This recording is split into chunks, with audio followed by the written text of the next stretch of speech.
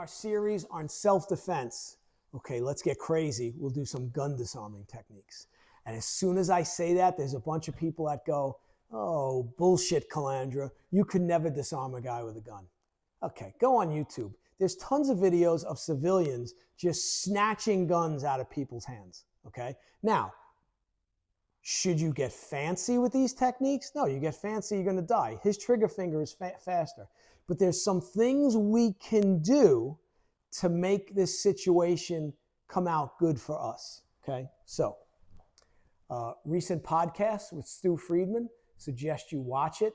He was in 3 shootings, a former highly decorated NYPD detective sergeant, still has a bullet in him, okay, where we talk about, we saw how many people get shot and survived, how many people get stabbed and survived. So don't think, oh, you get shot, you're dead. No, never think like that, okay? So today we're just going to do the guy puts the gun here. Okay, so I get asked questions all the time. I've taken 1 million robbery reports. I've spoken to tons of cops to ask them, okay, so the criminal, if he's going to rob you, if he wants to take your property, all right, he's not going to stand like this.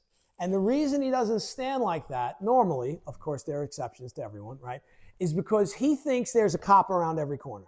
So he's going to be in close like this. Listen, man, give me your money, right? He wants to get the money and go, okay? Now, years ago, when I first was teaching self-defense, I'd say, listen, just give the guy the money and let him go on his way. It's not worth your life. Okay, I still say that, but now I have a caveat, which is, all right, but what if he's telling you, I'm going to kill you, I'm going to kill you. Give me money, I'm going to kill you. I'm going to believe him because criminals have changed a little bit, all right? And they will shoot you, all right? We had numerous instances where the person gave the guy everything, still shot him. One guy we had got his neck cut here, gave the guy everything he wanted, and the guy still cut him. And the guy was actually asking us, I don't understand. I gave him what he wanted. I didn't fight him, but he cut me. Now, luckily, that guy survived, okay? But, so this is the change we've seen in criminals. And people say to me, well, Mike, why do they do that? If I give him the money, I've given him what he wants. Why doesn't he just walk away? Because he's a predator, and he likes hurting you. He likes shooting you. He likes stabbing you. He likes it, okay? Forget all the mealy mouth bullshit, okay? He likes to hurt you. That's what he likes. It gives him a sense of power. It's the same question I ask. Mike, why would the guy put the gun on me? Why would he put it on me? Now he's putting it so close to me, I can do something. Well, because one, when he puts that on you, if it's a real gun, you're going to be scared. So it's a control thing. You feel it. It's like when he puts the knife on you, you feel that blade pressing into your skin. You feel the barrel of that gun pushing into your body. Oh my God, if he pulls the trigger, he's going to blow a big hole in me. Yeah, okay? So that's what it's about, control. And he's looking around. He doesn't want everybody to see what's going on, right? Okay, so Gary gets the drop on me. In a future video, I'll do what to do if the guy goes to pull the gun. I'll show you techniques where we don't let him get the gun out. But Gary, I was asleep at the wheel. Gary gets the gun on me. So Gary's now going to be giving me directions. He's going to be saying, okay, give me your money, give me your wallet, I want your watch, give me your cell phone. He's going to be talking, giving me directions. And he's probably going to be saying things like, don't move, you move, I'm going to shoot you, don't move. Okay, don't move. Okay, so first off, and again, this is where you have to train properly. So I'm going to put my hands in a position that works best for me. So I'm going to go, okay, man, please don't hurt me. I'm going to be talking to him. So now he's talking to me. I'm talking to him. Okay, man, please, I won't do anything. I'll give you my money. My wallet's right here. You want my wallet? Now, he's talking, so he's got to form thoughts in his brain so those thoughts are verbalized out of his mouth. But now I'm talking. And now his brain is trying to say things, and his brain is trying to listen to me. So now his brain's very busy. That's what I want, okay? So I'm here, he's saying, don't move. Okay, man, I won't move, Please, don't hurt me now. Now I move. Now when I move, so the action for me is, it's not this. Although if in the beginning you do that, it's not the end of the world. It's literally this. So it's this action. I just literally pivot. I pivot around the rod. Now, both my hands are going to move, all right? So we'll turn this way so we can see it a little bit, right? And we'll come in close. So my first instructor, you only go to the outside. So that means you only do that. That's the only techniques he taught. What's the problem with that? Well, here's twofold. Okay, like me, I was a transit cop. So here's the edge of the subway platform. Okay, here's the edge of the stairs, right? And, you know, everybody walks on stairs, right? So it could be anywhere, right, where you can't go to the outside, okay? Plus, you want to have techniques outside, inside, wherever, okay? So what this hand's going to do is as we pivot, this hand is going to come on his wrist and here, okay?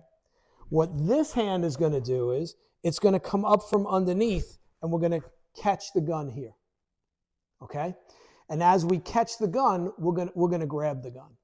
And now what we're going to do is we're going to rip the gun out like this. Now, if his finger's in the trigger finger, this is a rubber gun, okay? So this is flexible. In New York, we had harder ones. They were a little bit harder rubber. Every one of the trigger guards are broke from working this technique and ripping the guy's finger and breaking the trigger guard. Now, if this is a real gun, when I rip it out, the trigger guard doesn't break. His finger breaks. And Gary will tell you, even on this one, he doesn't like it, okay? And notice the barrel is going where? It's going back towards him, okay? So, if we say my body's aligned, and I have to clear this much of my body, so I have to clear this much of my body. So if I just use my hand, then my hand has to be really fast and get that barrel to clear. Because the gun's going to go off. It's going to go off. But if I turn my body as I do it, now I don't have to move as much. Okay? So, this is a semi-automatic. Obviously, it's rubber, but it's fashioned as a semi-automatic. Okay? So, when I do this and he pulls the trigger, it's going to go bang. Now, the ejection port on the weapon is here. And the round, the spent shell casing, is going to eject out of the gun. Now, I know people say, oh, this is good. It's facing away from you, Mike, so it's going to go that way. No, this is combat. It's going to fly up, and it's going to magically land behind my eyeglasses and sit there and be burning my face because that spent shell casing is hot as hell. Or the other classic, it comes up and it goes down your shirt. And now it's against your chest, burning it. So I'm telling you things because I watch people teach gun disarming techniques and they never mention any of this stuff. Okay? So a spent shell casing is going to come out. Murphy's Law, it's going to land behind your eyeglasses. It's going to land down your shirt. And it's going to burn like hell. So when that happens, you can't go, oh, because when you do, he's going to turn and go bang, bang, and you're dead. Okay? So keep these things in mind. So I come here and I grab. Now I've got the gun, right? Now I'm going to try to grab the slide of the weapon. Because a semi-automatic gun, when you pull the trigger, the slide goes back and slams forward to reload the gun.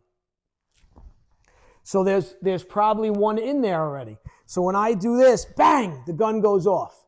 Okay? Now when I grab, hopefully I grab, I don't let the gun slide back. Now maybe a round didn't load, but we always assume it's loaded. You always assume every gun's loaded. Okay? Now, from here, I turn it right back towards him and I rip it out of his hand. And now I have the gun. Okay. So I often get asked the question, well, can I shoot him? Well, depends on what he does, right? If I retreat and now, okay, good chance he may run. He may run away. Okay, well, don't be shooting him as he's running away from you because that's not good. That's not reasonable. Now, if I'm backing away with the gun, stay there, don't come near me, and now this guy continues and he tries to grab the gun again, yeah, then I'd say you're probably justified to shoot him. He's attempting to still use deadly force against you by removing the firearm in your hand and taking it away. But here's something else you got to think about. took several fake guns off criminals that used them to rob people. And you say, Mike, well, how could people not tell it was fake? Well, one of them was one of the plastic guns like this. And what they did was they spray painted the whole thing black, and then they painted the grips brown. Okay? So at 3 o'clock in the morning on the subway platform or in the alleyway or down the street, when they put it on you, when you look down, you're not seeing this yellow thing. You're seeing black, and you're seeing, and at 3 o'clock in the morning, it's going to look what? It's going to look real. So something to keep in mind is, you may disarm the guy, you may disarm a fake gun. So now I disarm the fake gun. He knows it's fake. So yeah, he may attack you. As he attacks you, you go like this and nothing happens. You can't be looking at it going, why isn't it working, right? Now, if you're a firearm person, you're probably going to know pretty quickly, right? You're going to try to maybe rack the slide, right, and clear it. But if you're not going to do that. Okay, well now you're going to have to defend yourself. So keep that in mind. Criminals, why do they use a fake gun? Because it's a lesser charge. Okay? Again, certain things are very smart. Most things are very dumb. All right? So again, we're here. So we want to work this action. We want to work this action. This is the most important action. And we've got to do it 1,000,000 times. Okay? So again, we come here and we're here. And it's out. And eventually you do it, it becomes very smooth. All right? And you can do it. Okay? So, but again, please, man, don't hurt me. Like he's telling me, give me money. Okay. And now I move. When I move 110%. Okay? You can't go. If you do that, he's going to turn, he's going to shoot you. Okay? You have to commit 1,000% to the technique. That when you go, you go. Okay? I'm never going to stand here and when he puts the gun here, I'm going to go, I'm Mike Calandra, 10th degree black belt, and I can disarm this pistol off you. No, I'm going to act scared, and I'm probably not going to be acting. Okay? It's a gun. You're going to be a little scared. Okay? So please don't hurt me. My money's right here. Now when I move, right? Now I have it. Okay? So that's how you want to train it. So you've got to be a bit of an actor. You've got to teach your students how to be a good bad guy, where the student stands there and is telling the other student, listen, give me your money. Don't move. You move, I'll shoot you. Give me your money, right? Because now the stress goes up a little bit. The scenario's a little realer, right? And now you're having to talk, please, man, don't hurt me. And now you do the move, and you disarm the weapon, okay? So again, this is technique number 1, right? We're coming, both hands are moving. One's moving this way across the body. One's coming up from underneath. We snag the gun, and we rip it out of his hand. And then whatever happens from that point on, we'll decide how we're going to react, okay? So that's from the inside, all right? Now we'll go from the outside, okay? So from the outside, right, we're just going to come here, the same thing. So almost like we're getting ready to do the basic kotegaeshi, the basic wrist lock, which is one of the techniques we're going to do. So Gary's here. Again, I'm talking, please, Gary, don't hurt me. Boom. I go to the outside. And I move the same way. It's this same action, okay? So he's here, I move. Gun goes bang. But now, on the outside, the ejector port is here. So now it's definitely going to hit us in the face. It's going to land behind my eyeglasses. It's going to go down my shirt, okay? So, all right? So when I go here, this hand comes up. Now it's that grip we talked about in the kotegaeshi video. Now, right? What do you think his natural instinct is? When I come up and he feels me grab, he's going to try to pull the gun out, either across his body or straight back this way, right? He's going to try to pull it out. When he does that, now this is going to come up, and you saw Gary's reaction, right? You saw it, right? I'm going to come up, and I'm going to crack him right across the face with this if I can. Now, where's the barrel pointing? If he decides to keep pulling the trigger, it's not my problem, okay? It's his problem. So I bring this here. Once I'm here, now can I kick if I want? Yeah. And then follow through, put him down, always disarm. So in training in the dojo, You're working gun techniques, knife techniques, club, baseball bat, chain, whatever you're working, you always wind up with the weapon in your hand. You disarm your attacker. Don't leave it in his hand, let him get it back up. No, you take it, now you hand it back to him, let your partner attack you again. Always work, take the weapon away. Take the weapon away.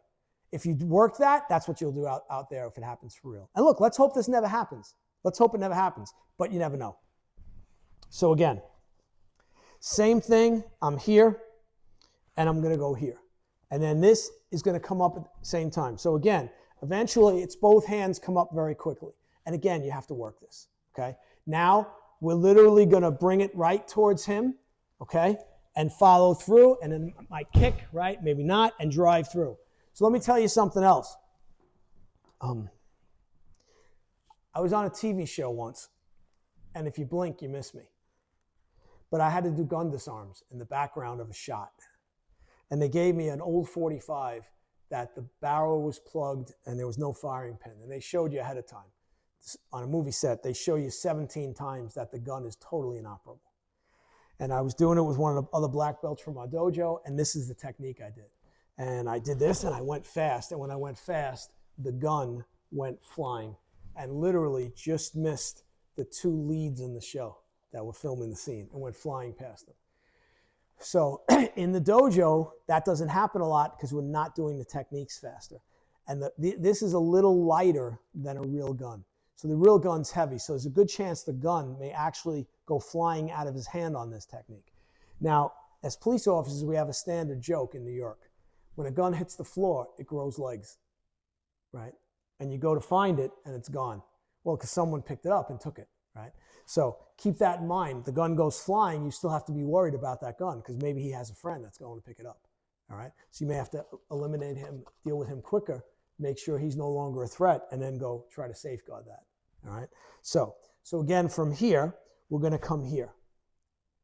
And this is at the same time. So this hand comes up here. Now, what you don't want to do is you don't want to do that because now he blows a big hole in your hand. So you've got to be conscious of where your body parts are. These are all things. This is why this requires work. That's why a lot of dojo don't practice this stuff because there's so much involved in it to be proficient at it. They don't want to take the time. They'd rather do just block punch stuff, okay? So we're here. So we come here. This hand comes here. Now I immediately go to Kotegashi, okay? So again, from here, here. Now I'm immediately here. And again, once I'm here, if he pulls his hand back, right, the harder he pulls his hand back, the easier it makes it for me to do Kotegashi. You know? And again, this is all being done at a certain speed. In reality, I'd be going much harder, much faster. Okay? So, other things we got to consider. Do we have someone on this side of us? Do we have someone on this side of us? You know, we may not know who's behind us. I mean, you know, so, you know, we'll hope nothing bad happens, right? But this situation, like, what if the guy puts the gun on you and he's not saying to you to give me your money? What if he's saying, I'm going to kill you, I'm going to kill you, I'm going to kill you? Okay, I'm taking him at his word. You know, I'm taking him at his word. You have to. In this day and age, we see it all the time, okay? So we did one from the inside, one from the outside, all right? We'll do one more from the outside, okay? So we're going to do this, and this is going to come up underneath, just like it did on the inside one. And once we do that, we're going to bring the gun straight back towards him, okay? And you'll see when I do it here, right, the gun's pointed here, I come up underneath, and I bring it straight back towards Gary. He can't hold on to it, okay? So again, most important thing, get out of the way. Gun goes bang, lands behind my glasses, burning my eye, right? This is here. I rip the gun out. You know, people have said to me, well, could I hit him with the gun? Yeah, I wouldn't do this because the barrel's pointing at you. If you want to hit him with the gun, make sure the barrel's pointing away, okay? So, but, you know, again, we're snatching it right out of his hand, okay? So these techniques aren't fancy, okay? There's not a lot of moving parts. It's right there, okay? You work it and drill it, you'll be able to do it. But you have to work it and drill it, all right? So, other types of gun, a revolver, okay? Same thing though, the bullet comes out the barrel, okay? But that has a cylinder that turns. Okay, some people advocate you grabbing the cylinder. Yeah. Number one, get the barrel, don't be in front of it. Get every part of your body not in front of the barrel. That's number one. Number two, control the weapon. Number three, disarm him. Okay? And eliminate the threat. Okay? We have to eliminate the threat. All right? So keep that in mind. Again, might be a real gun, might be a fake gun. In New York, we had airsoft pistols. So we have to actually used to work this with airsoft pistols, right? Which hurt a little bit when you get hit, all right? The only problem with that I noticed is that because people knew you were going to do something, they were so ready to pull the trigger. Where the guy out there, if he's a professional robber, he's robbed a ton of people, and no one's ever tried to snatch a gun out of his hand, all right? But again, for us, if we train and we're training and say we're teaching self-defense, well, what are the modern weapons we face? We face a gun, we face a knife, we may face a club, we may face a chain, we may face a baseball bat. In ancient times, you were facing swords, right? And there was plenty of martial arts that show you how to disarm someone armed with a sword. Okay, so you're telling me it didn't work? So you're telling me this can't work? Go on YouTube, pull up videos of people disarming people with real guns. There's tons of video around, okay? And sometimes it just happens by happenstance, all right? The big thing you want to watch for is our natural instinct is to move away from the weapon. So people do this, right? We don't want to do that. We want to turn to the side, let the gun go off, okay? It's going to be loud. I mean, it's going to be really loud, okay? So if you've never been around a gun when it goes off with no ears, it's going to be loud, okay?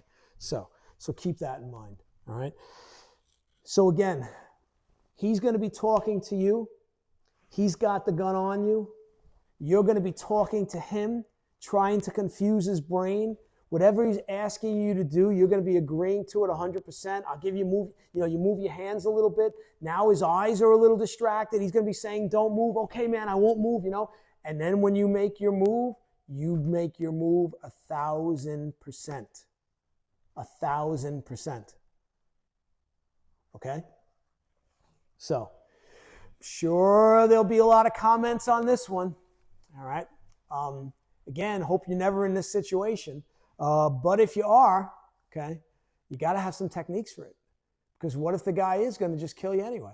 And don't tell me, oh, that doesn't happen. No, it happens all the time now. We're reading about it every day in the paper where, like I said, we took reports, person shot the guy anyway, person cut the guy anyway, even after they gave him all his property. So it does happen. You need to understand that. We don't think like criminals. We have a hard time even understanding how criminals think because we're not criminals. So try these techniques, and there's going to be more. We're going to do ones from, a guy holding it with two hands to your head, maybe like a hostage situation.